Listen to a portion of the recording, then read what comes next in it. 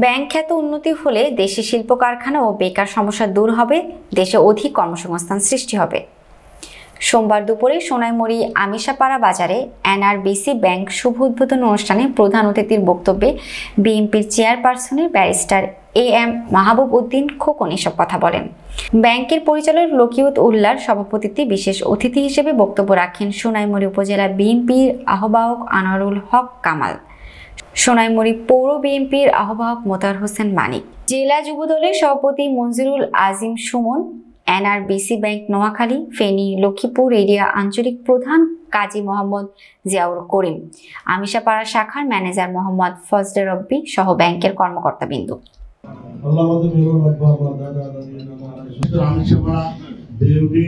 শুরু করে এই অঞ্চলের শত হাজার মানুষ আমেরিকা, কানাডা, লন্ডন বসবাস করে, তাদের ব্যাংকের সুবিধার্থে এই ব্যাংকটি এখানে প্রতিষ্ঠা করে উন্নতির দিকে যাবে।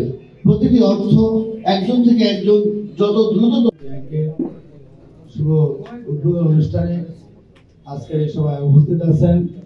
গত এক মাস থেকে আমরা প্রচার প্রচারণা করে যাচ্ছি। তো আপনাদের অনেকের সাথে আমি এই জায়গায় নতুন, এই জায়গায় আমার কখনো আসা হয়নি। আপনারা সবাই আমাকে যথেষ্ট সহযোগিতা করেছেন এবং আমার লক্ষ ফ্যামিলি খাইবাইতেছে।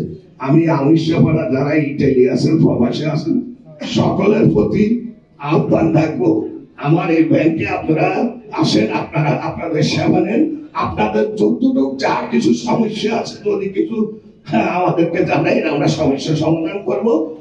এনআরবিসি ব্যাংক মোটামুটি অত্যন্ত ভালো শক্ত অবস্থানে আছে, তাদের এত কোনো কেলেঙ্কারি নেই। সম্প্রতি যে পত্রপত্রিকা আসছে যে গত সরকারের 15 বছরে বাংলাদেশের প্রায় বেশিরভাগ ব্যাংকে আর্থিক কেলেঙ্কারি জড়িয়ে পড়ছে।